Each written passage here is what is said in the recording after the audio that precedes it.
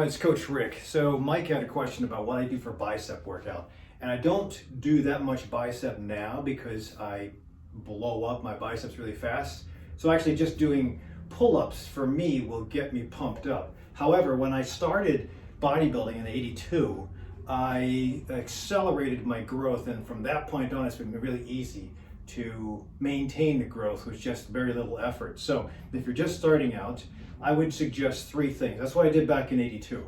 Of course, I was 18 back then, but I would do 3 sets of 3 different exercises.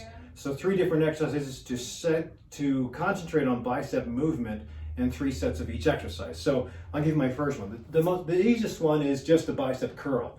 But biceps curls, I think, have to be done with very strict movement. Sometimes you'll see people swing weights like this, but I think the momentum that you might get would take a little bit of effort off of your muscle building. Remember, when you try to exercise, you're trying to put a load, an allostatic load on these muscles, or the muscle you're trying to work out, so that it damages those muscles temporarily and hopefully builds up the muscle at a later time to be tolerant to something else later on, or the force you're applying later on. So usually it's going to be some kind of curl, and the typical curl is palms up. I like to have pretend that there's a pole going through your body and both elbows, so that you're constantly just doing this. And you can also do it with a hammer fist. You can also do it reverse curl, but now you're working on forearms. So I think this is the easiest thing to do, strict form, all the way to full flexion and full extension. So you do about your choice, 6 to 10 repetitions each set, 3 sets of that. And if you're cheap, you can always do a backpack that's weighted. Again, same form. I'll do it on the other side just to show you. Elbow locked at the side and to full flexion. I have seen some people do elbow in front and then extend but flex, but that's a lot of stress on the shoulder. I'd be careful with that. Number 2 would be cables. The only cable I have here is this elastic cable, but if you're cheap, then go ahead and buy some cables. I got this at the automotive store. So the handle, though, came off of my pull-up bar. Cables are just adding some resistance and full extension to flexion as best as you can.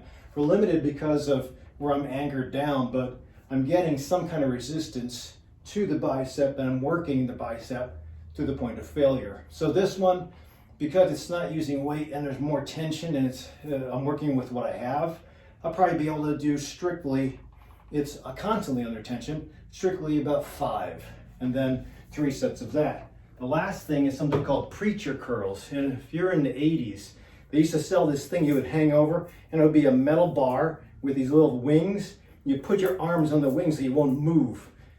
I forget what they're called, but the old way to do curls in strict form, so you isolate the elbow and you isolate the shoulder, is preacher bench. Like you're on you usually do both hands, but a preacher, like you're preaching from a pulpit, preacher bench locks you into movement, and you just do the curl this way.